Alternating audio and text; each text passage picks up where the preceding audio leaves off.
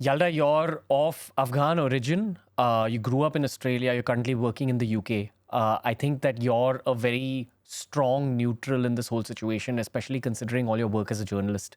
Um, what do you see as the key differences between the two countries? I have been inside Deobandi madrasas in Karachi.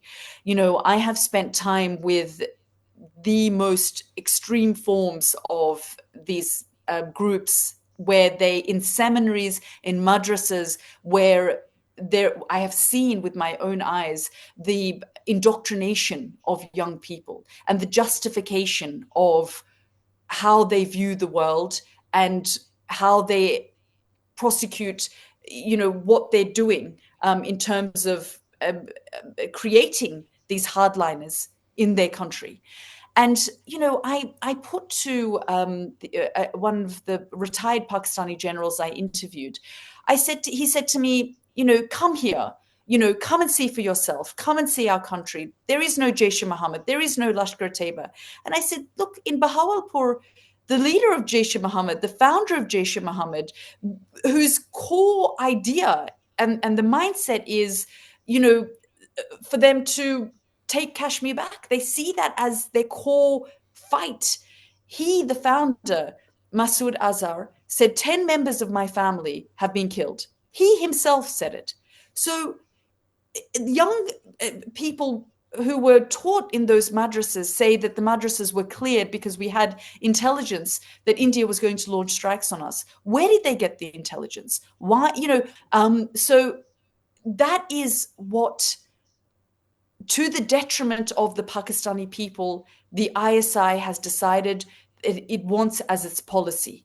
Not only does it have nuclear weapons, but it also has decided that it wants to back and fund these terrorist groups. These two things don't mix well together.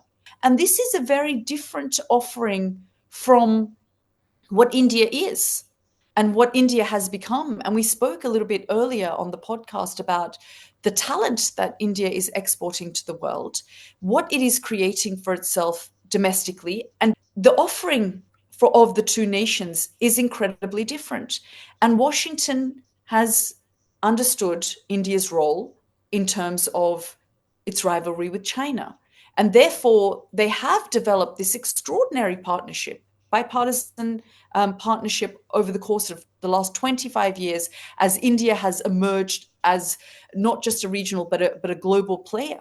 And so I think it's important that Western capitalists understand, where terrorism is bred from, why that's an issue, why it can become, an issue for the streets of London and New York, if people don't fully grasp that it isn't just held and confined to the region, to Afghanistan. I mean, right now, the relationship between the Pakistani government, the ISI, and the Afghan Taliban, which they, nurtured and help grow and regroup and fund and brought their fighters to have bases in Pakistan and gave them space in their hospitals.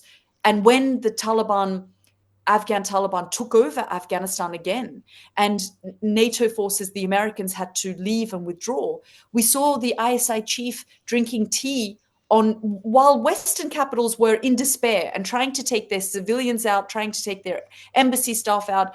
13 American servicemen and women were killed in a blast by ISK outside of Kabul airport.